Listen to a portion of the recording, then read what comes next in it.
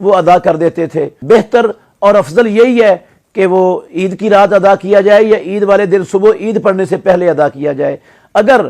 عید نماز پڑھ لیتا ہے بندہ اور فطرانہ ادا نہیں کر سکا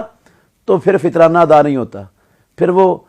فریضے کا تارک بن جاتا ہے، گناہ گار ہوتا ہے، اس پر اس کو اللہ رب العالمین سے توبہ اور استغفار کرنا لازم ہے۔ تو بعد میں وہ صدقہ ہو جائے گا عام، فطرانے کا فریضہ ادا نہیں ہوگا۔ فطرانے کا فریضہ وہ عید الفطر نماز پڑھنے سے پہلے پہلے مستحقین تک پہنچانا چاہیے۔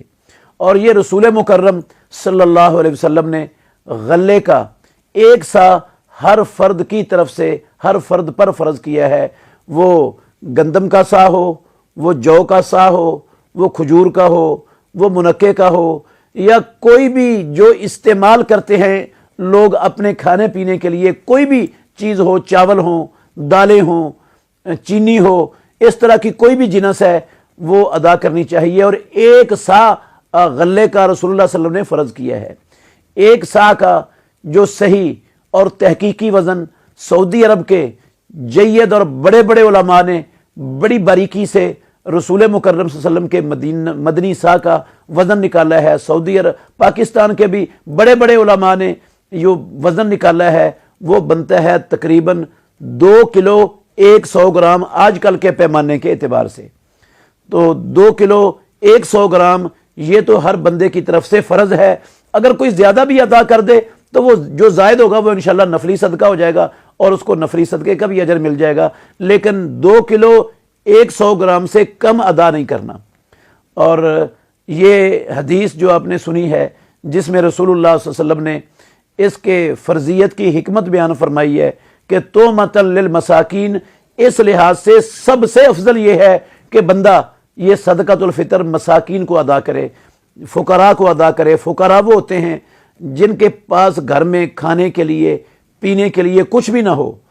تو وہ فقراء ہیں۔ اور مساکین ان کو کہتے ہیں جن کے پاس آمدن کے ذرائع ہوں لیکن ان کی آمدن سے ان کے جائز اور حلال اخراجات پورے نہ ہوتے ہوں، تو ایسے کسی خاندان کو، ایسے لوگوں کو، ایسے افراد کو یہ صدقۃ الفطر ادا کرنا چاہیے۔ اور یہ فقراء اور مساکین اگر ان لوگوں کے پاس فطرانہ لے کر اتنا کو مال جمع ہو گیا ہے کہ ان کی 1 دن 2 دن کی ضرورت سے زائد ہے، تو ان پر بھی فرض ہے انہیں بھی اپنے ہر فرد کی طرف سے جو اپنے سے بھی کم تر معاشرے میں غریب لوگ ہیں ان کو ادا کر دینا چاہیے۔ یہ کوئی بھی مسلمان چاہے وہ غلام ہے چاہے آزاد ہے، رسول مکرم صلی اللہ علیہ وسلم نے اس فریضے سے کسی کو مستثنا نہیں کیا ہے۔ یہ صدقۃ الفطر اللہ کے نبی نے تو غلے کی شکل میں فرض کیا ہے، اور صحابہ رضوان اللہ علیہ مجمعین، ابو سعید خدری رضی اللہ عنہ کی حدیث ہے وہ غلہ ہی ادا کرتے تھے۔ درہم و دینار رسول مکرم صلی اللہ علیہ وسلم کی زندگی میں موجود تھے، چلتے تھے۔ آپ صلی اللہ علیہ وسلم نے کبھی بھی درہموں یا دیناروں کی شکل میں صدقۃ الفطر متعین اور مقرر نہیں کیا، اور نہ ہی صحابہ رضوان اللہ علیہ مجمعین میں سے کسی صحابی سے ثابت ہے کہ اس نے نقدی میں یہ درہم و دینار میں صدقۃ الفطر ادا کیا ہو۔ تو افضل اور بہتر اور نبی مکرم صلی اللہ علیہ وسلم کی سنت اور صحابہ کا طریقہ تو یہی ہے کہ ہر شخص وہ غلہ ہی ادا کرے۔ لیکن ہمارے معاشرے میں بہت سے علماء، بڑے بڑے جید علماء، وہ پیسے دینے کو بھی جائز قرار دیتے ہیں۔ اگر کسی کے گھر میں غلہ نہیں ہے، اس نے غلہ خرید کے دینا ہے، تو اس کے لیے گنجائش ہو سکتی ہے کہ وہ غلہ خرید کر دینے کی بجائے پیسے دے دے تاکہ وہ مسکین اور فقیر وہ خود غلہ خرید لے اپنے لیے۔ لیکن اگر کوئی بندہ پیسے دینے پر اصرار کرتا ہے اپنی سہولت کے لیے، اور موجودہ حالات میں مساکین کی ضروریات کو مد نظر رکھتے ہوئے، فقراء کی ضروریات کو مد نظر رکھتے ہوئے، تو علماء کی ایک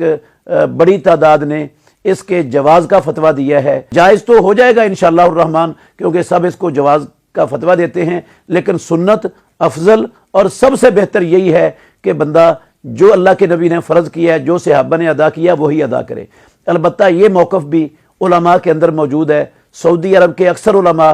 شیخ محمد بن صالح العثیمین رحمۃ اللہ علیہ کا فتویٰ موجود ہے، وہ کہتے ہیں کہ جو بلکہ اللجنۃ الدائمہ جو سعودی عرب کی افتاء کی گورنمنٹ کی کمیٹی ہے، ان کا بھی فتویٰ موجود ہے